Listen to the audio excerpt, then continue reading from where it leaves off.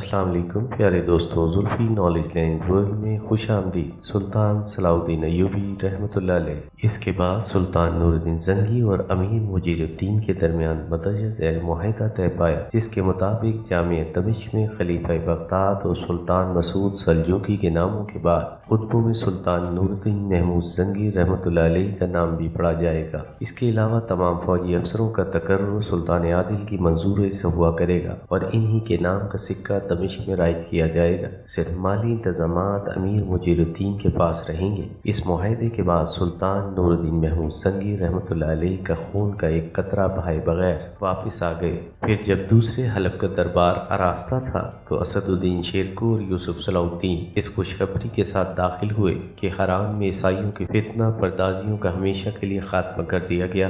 یہ اتنی بڑی خبر تھی کہ سلطان عادل شدت جذبات میں تخت سے نیچے اتر آئے اور والہانہ انداز میں اسد الدین شیرکو کی پیشانی کو بوسہ دیا، پھر یوسف صلاح الدین کے ماتھے کو چوما جہاں شمشیر کے کئی زخم نمایاں تھے۔ سلطان نور الدین محمود زنگی رحمۃ اللہ علیہ نے بڑے جذب و کیف کے عالم میں کہا، معزز و سربلند وہ پیشانی ہے جو حق کے راستے میں کھائے ہوئے زخموں سے سجائی جائے۔ یوسف صلاح الدین کا یہ دوسرا جنگی کارنامہ تھا۔ حرام کے عیسائیوں کا خاتمہ کرنے میں یوسف صلاح الدین نے اپنے چچا اسد الدین شیرکو کے ساتھ مل کر جو کارنامہ انجام دیا تھا، اس نے یوسف صلاح الدین کو سلطان نور الدین محمود زنگی کی نگاہ میں عزیز تر بنا دیا تھا۔ انصاف پسند معزز درباری عمرہ جن کے سینے جذبات حسد سے پاک تھے، وہ بھی یہ اعتراف کرنے پر مجبور ہو گئے تھے کہ سلطان عادل کا انتخاب درست تھا۔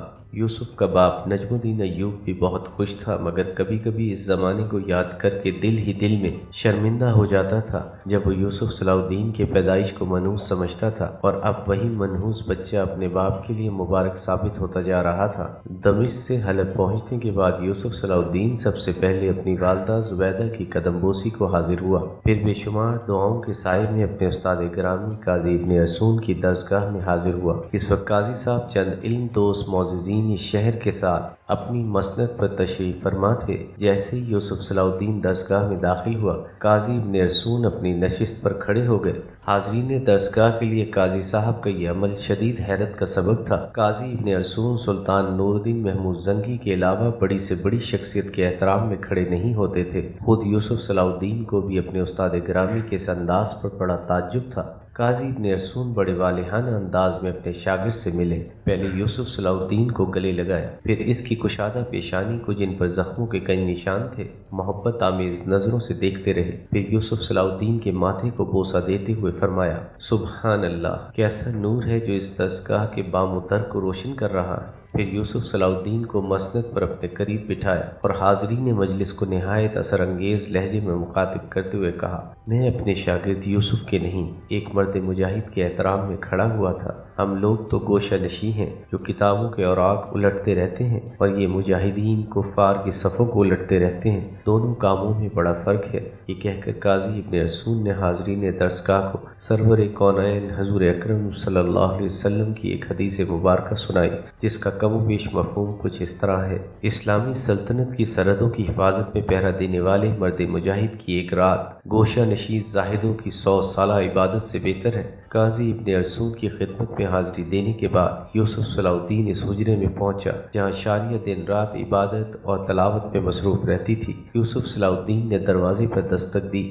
شاریہ اس وقت اپنے فرشی بستر پر دراز تھی۔ یہ فرشی بستر ایک چٹائی اور دری پر مشتمل تھا۔ دستک کی آواز سن کر شاریہ چونکی اور اٹھ کر بیٹھ گئی۔ شاریہ کے چونکنے کی وجہ یہ تھی کہ مدرسے میں صرف ایک بوڑھی عورت تھی جو شاریہ کے کمرے میں بغیر اجازت آیا جایا کرتی تھی۔ پھر دستک دینے والا کون تھا؟ شاریہ عجیب سی الجھن میں مبتلا تھی۔ اسی دوران میں دوسری دستک ہوئی۔ شاریہ نے گھبرا کر پوچھا، کون؟ باہر سے ایک مانوس آواز سنائی دی، یوسف۔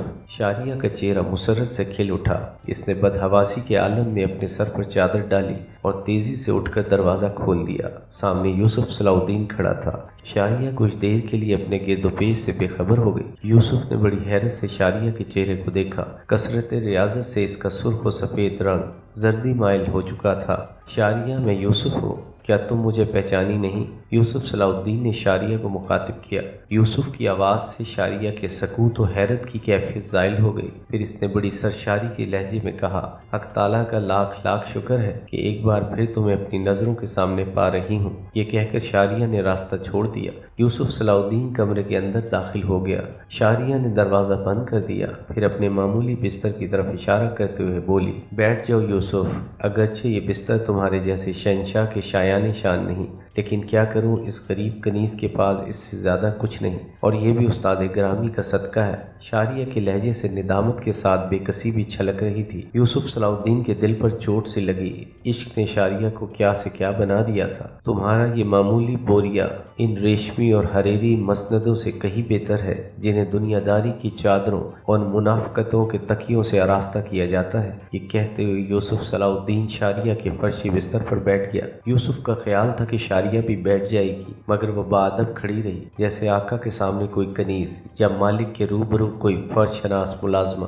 تم بھی بیٹھ جاؤ، یوسف نے شاریہ کو مخاطب کرتے ہوئے کہا۔ ایک شہنشاہ کے سامنے کنیز کس طرح بیٹھ سکتی ہے؟ شاریہ کے لہجے میں عجیب سی سرشاری تھی، مگر اس سرشاری میں ہوس کی آمیزش نہیں تھی، بس جان نثاری ہی جان نثاری تھی۔ میں تو ایک معمولی سپاہی کے سوا کچھ بھی نہیں، یوسف صلاح الدین نے سادگی کے ساتھ جواب دیا، مگر شاریہ کے اس طرز عمل کے سامنے وہ خود کو بڑا عجیب سا محسوس کر رہا تھا۔ لیکن میرے لیے تو ایک شہنشاہ سے بھی زیادہ ہے۔ شاریہ کے لہجے سے انتہائی وارفتگی چھلک رہی تھی۔ شاریہ، تم جس استاد کی شاگرد ہو، انہی کا یہ کہنا ہے کہ اسلام میں مساوات ہے، کوئی آقا اور غلام نہیں۔ یوسف صلاح الدین نے نہایت پرسوز لہجے میں کہا اور اٹھ کھڑا ہوا۔ میں تمہیں زحمت دینے نہیں آتا ہوں، اگر تم نہیں بیٹھ سکتی تو پھر میں بھی کھڑا رہتا ہوں، تم نے اجازت دے دی تو میں بھی بیٹھ جاؤں گی۔ شاریہ نے مسکراتے ہوئے کہا، میں تو تمہارے حکم کی پابند ہوں۔ پھر یوسف صلاح الدین کے ساتھ شاریہ بھی بیٹھ گئی۔ اس کی نظریں مستقل یوسف کے چہرے پر مرکوز تھیں۔ پھر اچانک اس کی آنکھوں سے آنسو بہنے لگے۔ یوسف صلاح الدین نے رونے کا سبب پوچھا تو انتہائی رقت آمیز لہجے میں کہنے لگی، میں اپنی اس محرومی پر روتی ہوں کہ تمہاری کوئی خدمت نہیں کر سکتی۔ میرا دل چاہتا ہے کہ شاہ سواری سیکھوں اور تمہارے ساتھ جنگ میں شریک رہوں، پھر دشمن کی جو شمشیر تمہاری طرف لپکے اسے اپنے کمزور اور ناتواں جسم پر روکو، یہاں تک کہ لڑتے لڑتے ماری جاؤں۔ پھر شاریہ نے یوسف صلاح الدین کی پیشانی کی جانب اشارہ کرتے ہوئے کہا، یہ زخم جو تمہارے ماتھے پر ابھرے ہیں وہ میرے دل تک آئے ہیں۔ میں اپنی اس بد نصیبی پر ماتم کرتی ہوں کہ ان زخموں پر مرہم بھی نہیں رکھ سکتی۔ شاریہ کی اس اضطرابی کیفیت نے یوسف صلاح الدین کو بھی اداس کر دیا تھا۔ پھر شاریہ نے بڑی مشکل سے اپنے جذبات پر قابو پایا، آنسو پونچھ ڈالے اور مسکراتے ہوئے کہنے لگی، تمہیں یہ فتوحات مبارک ہوں، مگر ابھی اور عظیم الشان فتوحات تمہارا انتظار کر رہی ہیں۔ پھر جب یوسف صلاح الدین رخصت ہونے لگا تو شاریہ نے اپنے محبوب کی بارگاہ میں ایک انوکھی نظر پیش کرتے ہوئے کہا، یوسف تم جب بھی میدان کارزار کی طرف جاؤ تو خود کو تنہا نہ سمجھنا، میں گھوڑے کے سیموں سے اٹھنے والے غبار کی طرح تمہارے ساتھ ہوں۔ سلطان نور الدین محمود زنگی کی عمرہ میں ایک امیر زنجار بھی تھا جو امیر ابن مرکوب کی طرح سازشی اور کینہ پرور انسان تھا۔ یوسف صلاح الدین پر الزام تراشی کے موقع پر اس نے ترکی کنیز شاریہ کو دیکھا تھا اور اس کے بے پناہ حسن و جمال پر دل و جان سے فریفتہ ہو گیا تھا۔ ابن مرکوب کے معتوب ہونے کے بعد امیر زنجار نے سوچا تھا کہ شاریہ بے سہارا ہو جائے گی تو وہ اسے اپنی کنیز بنا لے گا، مگر جب سلطان نور الدین محمود زنگی نے شاریہ کو اپنی محل سرا میں پناہ دے دی تو امیر زنجار کے سارے ہوسناک جذبوں اور منصوبوں پر اوس پڑ گئی۔ پھر اس وقت امیر زنجار کی ناآسودہ خواہشوں نے دوبارہ کروٹ لی جب شاریہ سلطان عادل کے محل سے نکل کر قاضی ابن ارسون کی درسگاہ میں داخل ہو گئی۔ امیر زنجار کچھ دن تک خاموشی سے حالات کا جائزہ لیتا رہا۔ پھر ایک دن وہ قاضی ابن ارسون کی درسگاہ میں داخل ہوا اور شاریہ کی بیچارگی پر اپنی ریاکارانہ ہمدردی کا اظہار کرنے لگا۔ قاضی صاحب، یقیناً اس بے سہارا لڑکی کے ساتھ بڑا ظلم ہوا ہے، اگر آپ حکم دیں تو میں اس کی تلافی کر دوں۔ قاضی ابن ارسون نے حیرت سے امیر زنجار کی طرف دیکھا، تم اس لڑکی کی مدد کس طرح کرنا چاہتے ہو؟ میں چاہتا ہوں کہ وہ آپ کے مدرسے پر بوجھ نہ بنے۔ امیر زنجار نے بڑی عیاری کے ساتھ اپنا مدعا بیان کرتے ہوئے کہا، اس لیے میں نے سوچا ہے کہ اسے اپنی کنیز بنا لوں تاکہ وہ عیش و آرام کی زندگی گزار سکے۔ امیر زنجار کی بات سن کر قاضی ابن ارسون کے چہرے پر ناگواری کا رنگ ابھر آیا۔ اگر وہ عیش و آرام کی طلبگار ہوتی تو دربار سلطان سلطانی چھوڑ کر ایک فقیر کے مدرسے میں کیوں آتی؟ اسے کسی کی غلامی کی آرزو نہیں، عزت و سکون کی تلاش ہے۔ میں سمجھا تھا کہ تم اس سے شادی کر کے ایک مسلمان عورت کو باوقار زندگی دینا چاہتے ہو۔